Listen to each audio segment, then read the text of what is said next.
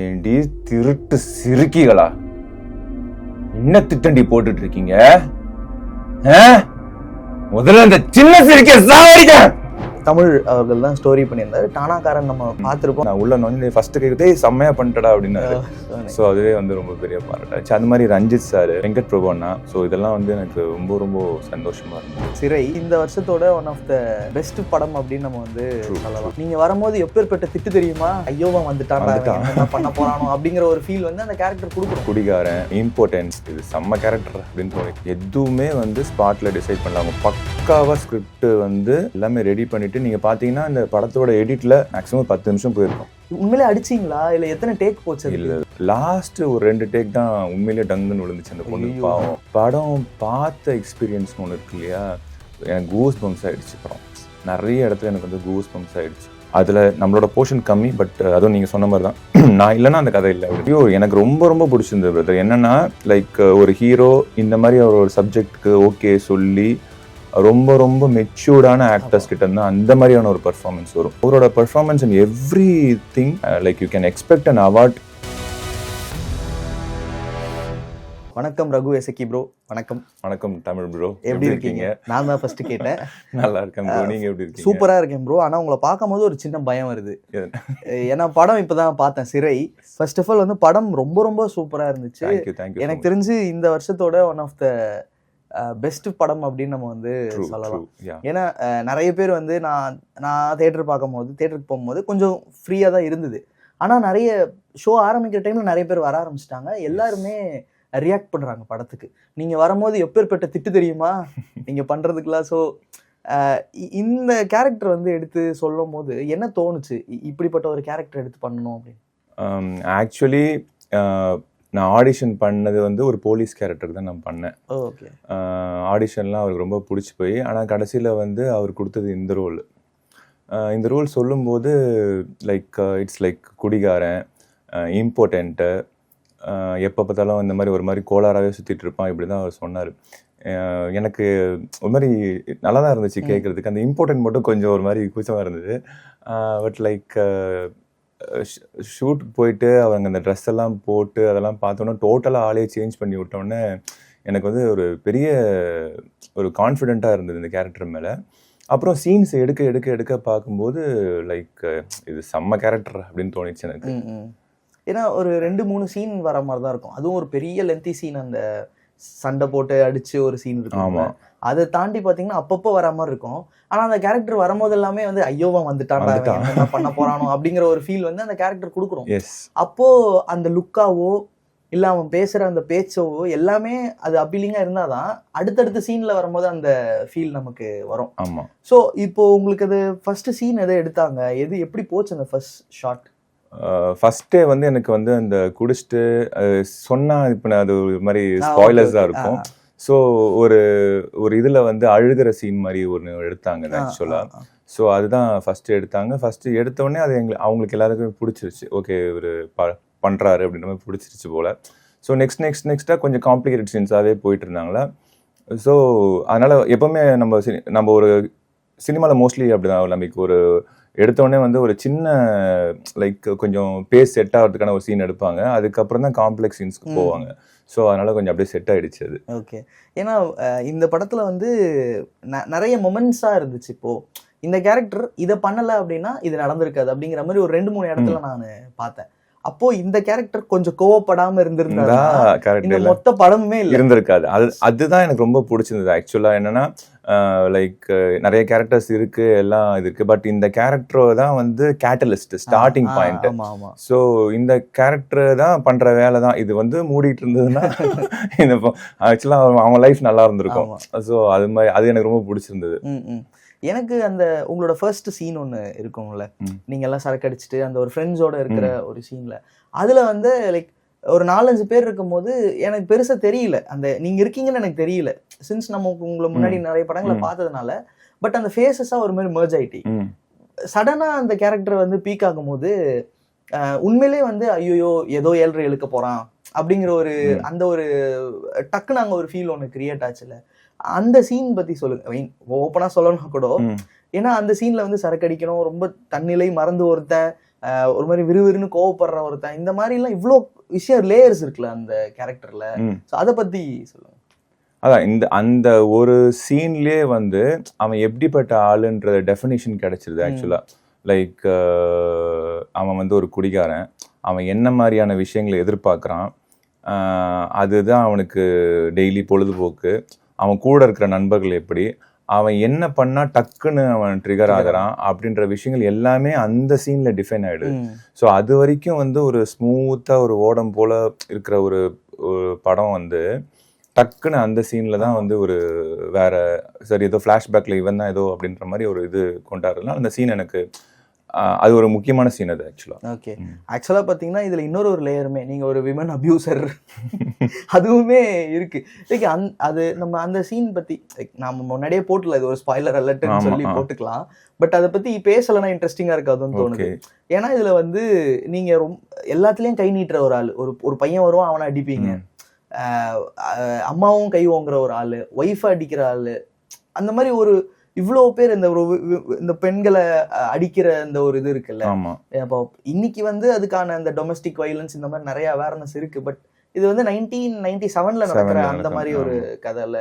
So அந்த டைம்ல இது ரொம்ப அதிகமா இருந்துச்சு, ரொம்ப அந்த மேல் டாமினன்ட் ரொம்ப அதிகமா இருந்தது. இதெல்லாம் வந்து ஸ்கிரிப்ட்ல இருந்ததா, இல்ல அந்த ஸ்பாட்ல வந்து இந்த மாதிரி இப்படி அடிக்கலாம், இந்த மாதிரி ஒண்ணு பண்ணலாம், எதுவுமே வந்து ஸ்பாட்ல டிசைட் பண்ணலாம். அவங்க பக்காவா ஸ்கிரிப்ட் வந்து லைக் A to Z வந்து எல்லாமே ரெடி பண்ணிட்டு, நீங்க பாத்தீங்கன்னா இந்த படத்தோட எடிட்ல மேக்ஸிமம் 10 நிமிஷம் போயிருக்கும், அவ்வளவுதான். ஓ அப்படியா? பக்கா படமே ரொம்ப கம்மி, சின்ன. ஆமா, அவ்வளவுதான்.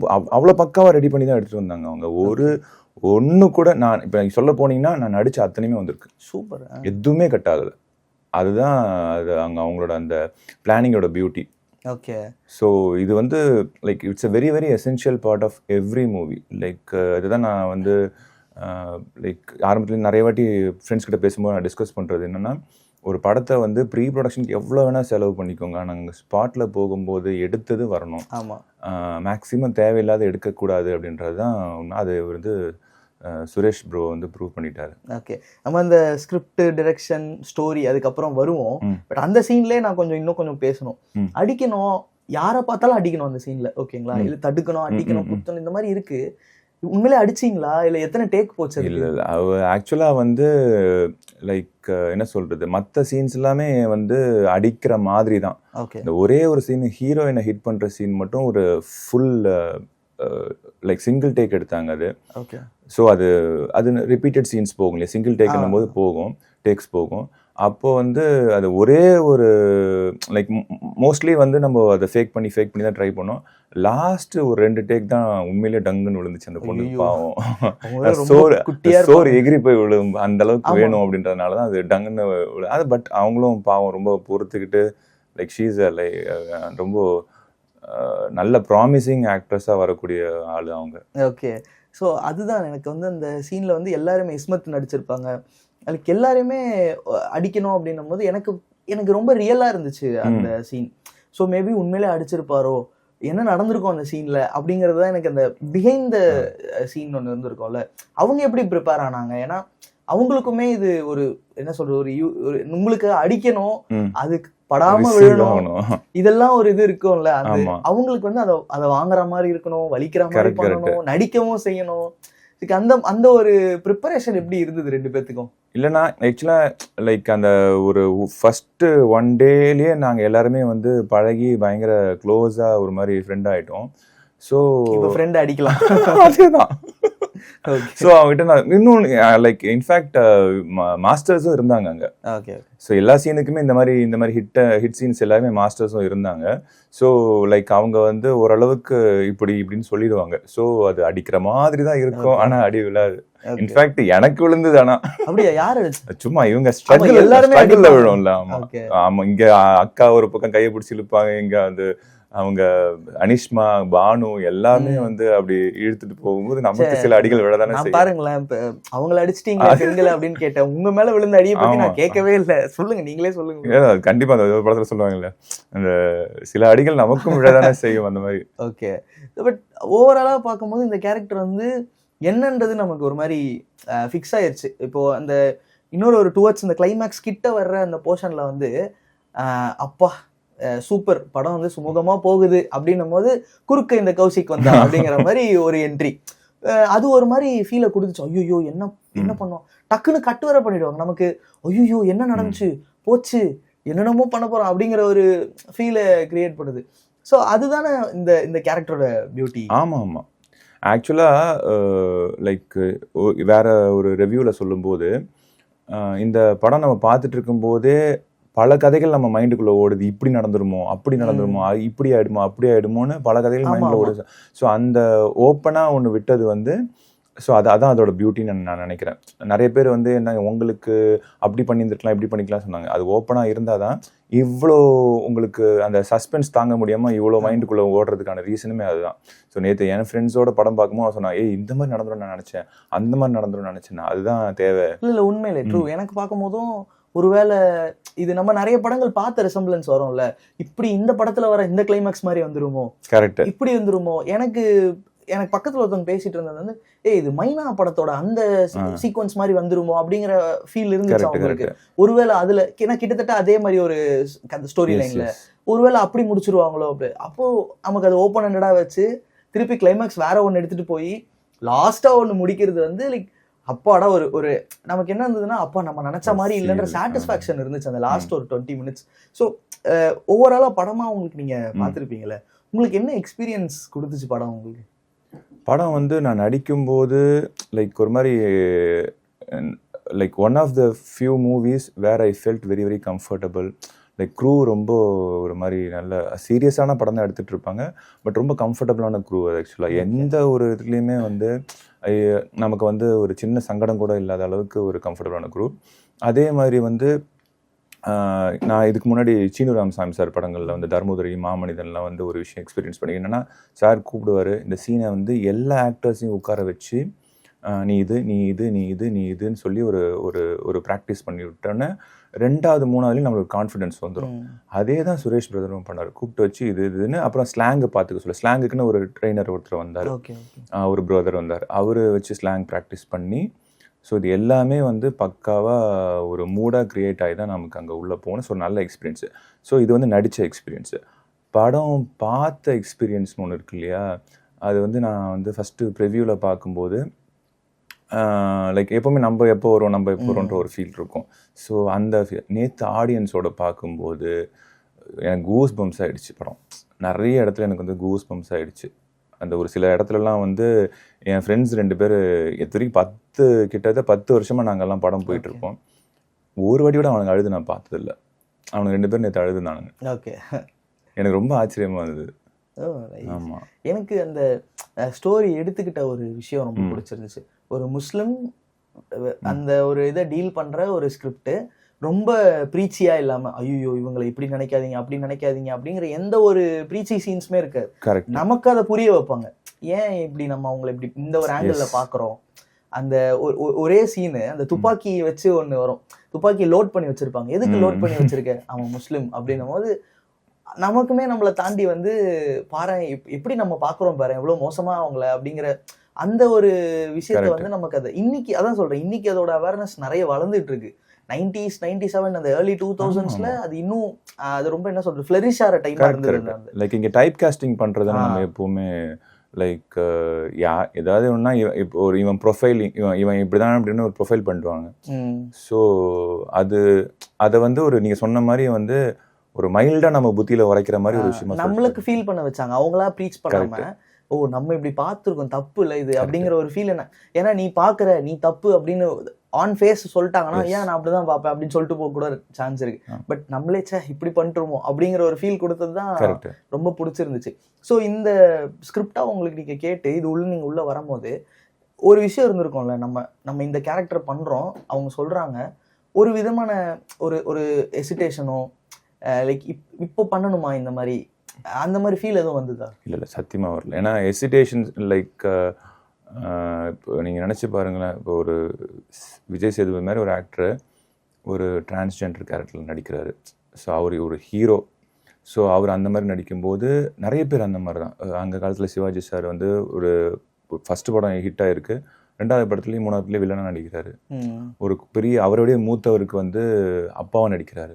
அப்படிங்கும்போது நம்மலாம் ஒண்ணுமே இல்லை பச்சா. ஸோ கேரக்டரா வந்து என்னைக்குமே இந்த மாதிரி ஒரு என்ன சொல்றது, ஒரு மாதிரி ஹை கான்ட்ராஸ்டா இருக்க கேரக்டர் தான் வந்து டக்குன்னு ரீச் ஆகும், நமக்கும் சேலஞ்சிங்கா இருக்கும். ஸோ அதில் எந்த வித தயக்கம்லாம் கிடையாது. இப்போ நான் வந்து உங்களை ரகுவா பார்க்குறேன், ரொம்ப சாஃப்டா, நீங்க என்னதான் ஹைட்டா பயங்கர இதுவா இருந்தாலும் பிசிக்கா இருந்தாலும் ரொம்ப சாஃப்டான ஒரு டைப்பா இருக்கீங்க. இப்போ ஈவன் நம்ம காலையில வரும்போது கூட ஒரு 10 minutes லேட் ஆயிடுச்சு ப்ரோ, சாரி ப்ரோ அப்படின்னு சொல்லிட்டு ஒரு மெசேஜ் போடுறேன். இந்த ரகு தான் வந்து இந்த ஒரு இவ்வளோ ஒரு குரூவலான ஒரு கேரக்டரா மாறுறதுன்றது இருக்குல்ல, அது எப்படி அந்த டிரான்சிஷன் நடக்குது? தெரியல, உண்மையில சொல்ல தெரியல பிரதர். அது ஆக்சுவலி வந்து என்ன சொல்றது, இதுக்கு எப்படி டெஃபினிஷன் பண்றதுன்னு தெரியல. எல்லாரும் என்ன கேக்குறாங்க, நேத்து கூட ஆடியன்ஸ் கேட்டு நீங்க தான் அவங்க பண்ணீங்களா அப்படின்னு கேட்டாங்க. செம திட்டு, லைக் ஒரு மாதிரி ரியாக்ட் பண்ற ஆடியன்ஸ் இப்பவும் இருக்காங்கல்ல. அதாவது ரொம்ப ஜாலியாவே சொல்றேன், கெட்ட வார்த்தை சொல்லி வந்துட்டான்டா அப்படின்னு சொல்றாங்க. அப்படி இருக்கும்போது இவ்வளவு சாஃப்டான ஒரு கேரக்டர் ஸ்கிரீன்ல பார்க்கும்போது திட்டு வாங்க வைக்கணும் அப்படிங்கறதே ஒரு பெரிய, ஆக்சுவலா அதான் உங்களுக்கு இந்த படத்துல கிடைச்ச ஒரு பெரிய ரிவார்டு. ஸோ அது எப்படி புல் ஆஃப் பண்ண முடிஞ்சதுன்னு தான் எனக்கு புரியல. அது எப்படி டெஃபினிஷனா எப்படின்னு தெரியல ஆக்சுவலா. பட் லைக் அதான் ஆனா உண்மையான காரணம் எந்த படமா இருந்தாலும் சரி, இந்த படத்துக்கும் சரி, டேரக்டர்ஸ் இன்புட் தான் அது. ஓகே. ஸோ லைக் நீங்க டோட்டலா இப்போ இந்த மாதிரி ட்ரெஸ் பண்ணிட்டு வந்து ஒரு குடிகார கேரக்டரா பண்ணா உங்களுக்கு ஒரு ஃபீல் வராது. ஸோ அந்த காஸ்டியூம் டிசைனர்ல இருந்து, ஸோ அந்த மேக்கப்ல இருந்து, ஹீரோ டைரக்டரோட இன்புட்டு, டயலாக்ஸு, அதுக்கப்புறம் டப்பிங்கில் வந்து அவர் வாங்கின ஒர்க்கு, டப்பிங் சவுண்ட் இன்ஜினியர் வாங்கின ஒர்க், இவ்வளவும் மியூசிக் இவ்வளவும் சேர்ந்து தான் அந்த எஃபெக்ட் ஆக்சுவலி. இதில் நம்மளோட இது வந்து மேபி ஒரு 10% இருக்கலாம், அவ்வளோதான். ஓகே. ஸோ இதுதான் இவ்வளோ டோட்டல் எஃபெக்ட் தான் எல்லாத்தோட சேர்த்து தான் அது. ஓகே. அண்ட் நானே கேட்கலான்னு இருந்தேன், மேபி இப்போ வந்து அந்த கேரக்டரை மாற முடியுமா அப்படின்னு கேட்கலான்னு இருந்தேன். ஏதாவது ஒரு 2 டைலாக் மாதிரி பேசி அந்த கேரக்டரா பார்க்க முடியும். நீங்க கண்டிப்பா நீங்க நினைச்சு பாருங்களேன், அந்த இது ஆக்சுவலா இது வந்து எல்லாருக்குமே ஒரு எல்லா நடிகர்களுக்குமே வந்து ஆடிஷன்ல ஒரு சேலஞ்ச் வரும். என்னன்னா ஆடிஷன்ல பண்ண சொல்லுவாங்க, ஆடிஷன்ல என்ன பண்ணாலும் சரி 40% கூட வராது. ஏன்னா அந்த சூழ்நிலை, அந்த அந்த நீங்க சொன்ன அந்த காஸ்டியூம், இந்த ஆளு, இப்ப எதிரில் வந்து இவரு நடிக்கிறாரு அப்படின்னா அவங்க வந்து ஏடிஸ் தான் வந்து எடுப்பாங்க. நான் அப்படி நமக்கு அந்த ஃபீல் வர்றதுக்கே வந்து கொஞ்சம் டைம் ஆகும். ஆடிஷன்ஸ் அது அவங்களுக்கும் தெரியும், ஓ ஆடிஷன்ல இவ்வளவுதான் வரும் அப்படின்றத. ஸோ அந்த சூழ்நிலை அப்படிதான் வரும் அது ஆக்சுவலா. சரி, ஓகே. பண்ண மாட்டேன்றத இவ்வளவு அழகா வந்து சொல்ல முடியுமோ பண்ணலாம். ஓ இவ்வளவு இப்படிதான் இதான் பண்ணுவானா அப்படின்னு நினைச்சிடக்கூடாது. அப்படிலாம் கிடையாது. எங்களுக்கு அந்த கேரக்டர் பார்க்கும்போதே உண்மையிலே வந்து நம்ம பார்த்துருப்போம், எங்கேயோ நம்ம ரோட் சைட்ஸ்லயோ நம்ம ஏரியா சைட்ஸ்லயோ இந்த மாதிரி ஒரு கேரக்டர் டெஃபினட்டா பார்த்துருப்போம். பட் அதை எடுத்து ஸ்கிரீன்ல காட்டணும்னு அதை சொல்லி அந்த கேரக்டர் உண்மையிலே அப்பீலிங்காவும் இருக்குன்றது வந்து ஒரு டிஃப்ரெண்டான ஒரு விஷயம் இல்லை. ஸோ அதான் நம்ம மக்களுக்கு இதை காட்டலாமா அப்படின்றதுக்கு தான் ஒரு சின்ன ஸ்னீக் பீக் மாதிரி சொன்னேன்.